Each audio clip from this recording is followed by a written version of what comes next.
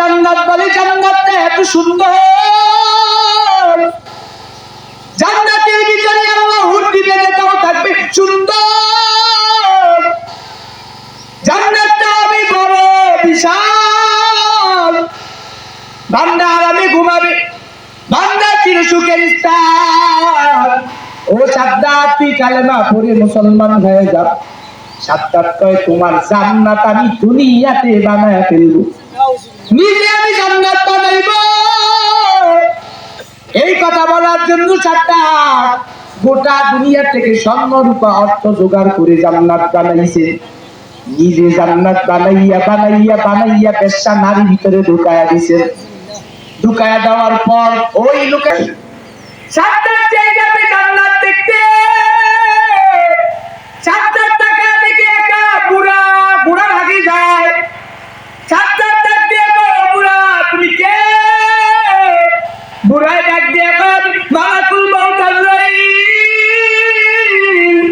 ও সাদ্দাত, তোমার সময় শেষ, এখন তুমি ঘোড়া থেকে নামতে পারবা না, তোমার মৃত্যু হয়ে যাবে।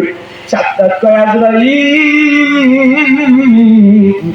বড় সুন্দর করিয়া জান্নাত বানাইছি, আমার একটু জান্নাতটা দেখতে দাও।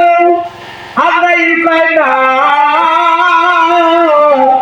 জান্নাত দেখতে পারবা না, তোর জন্য রয়েছে মাওলার তৈরি জাহান্নাম,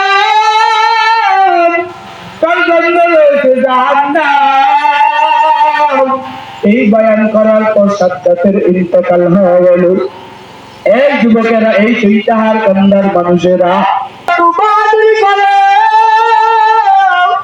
যেদিন তোমার আমার সামনে মালাকুল মউত আজরাইল চলে আসবে বাবা, সেই দিন কি হালত হবে একটু চিন্তা করিয়া দেখছো রে বাবা। ওই হাসরের ময়দানে কি হালত, ওই হাসরের ময়দানে রহমতের নবী মায়ার নবী হুজরায় বসিয়া গুনগুন করিয়া কান্নার আওয়াজ। রহমতের নবী হুজরায় বসিয়া গুনগুন করে কান্না করতেন। কেন? আমি আয়েশার কি কোনো বেয়াদবি হয়েছে? আমি আয়েশার কোনো বেয়াদবি হয়েছে কিনা এজন্য আপনি রহমতের নবী কান্না করেন? রহমতের নবী কয়, আয়েশা না না না, এজন্য কান্না করি না।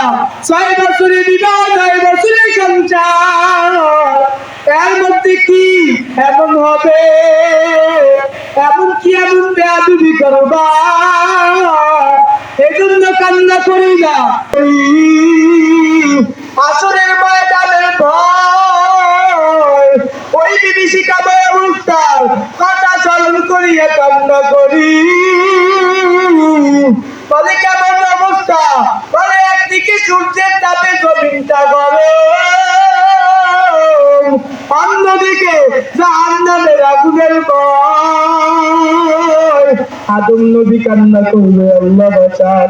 মুসা নবী কান্না করবে, আল্লাহ বাঁচান। কান্না করবে, নাফসি বলবে, নবীদের গুনাহ নাই, তারপরে জাহান্নামের ভয়ে কান্না করবে। রহমতের নবী কয়, তাহলে আপনি রহমতের নবীর স্ত্রী আম্মা জান আয়েশা বলেন, সমস্ত নবীরা যখন কান্না করবে, নবী কয়, আমি মাকামে মাহমুদের সিজদায় পড়িয়া যাব, সিজদায় পড়িয়া বলবো, আল্লাহ আমার উম্মতের বাঁচান, আল্লাহ আমার উম্মতের বাঁচান, আল্লাহ আমার উম্মতের বাঁচান। ও চৈতাহার কান্দার মুসলমানেরা,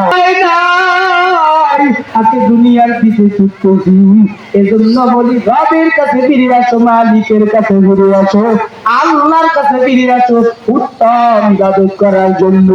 করবেন ইনশাআল্লাহ? ইনশাআল্লাহ। করবেন ইনশাআল্লাহ। ইবাদত কার জন্য? আল্লাহর জন্য, অন্য কারোর জন্য না, ঠিক কিনা?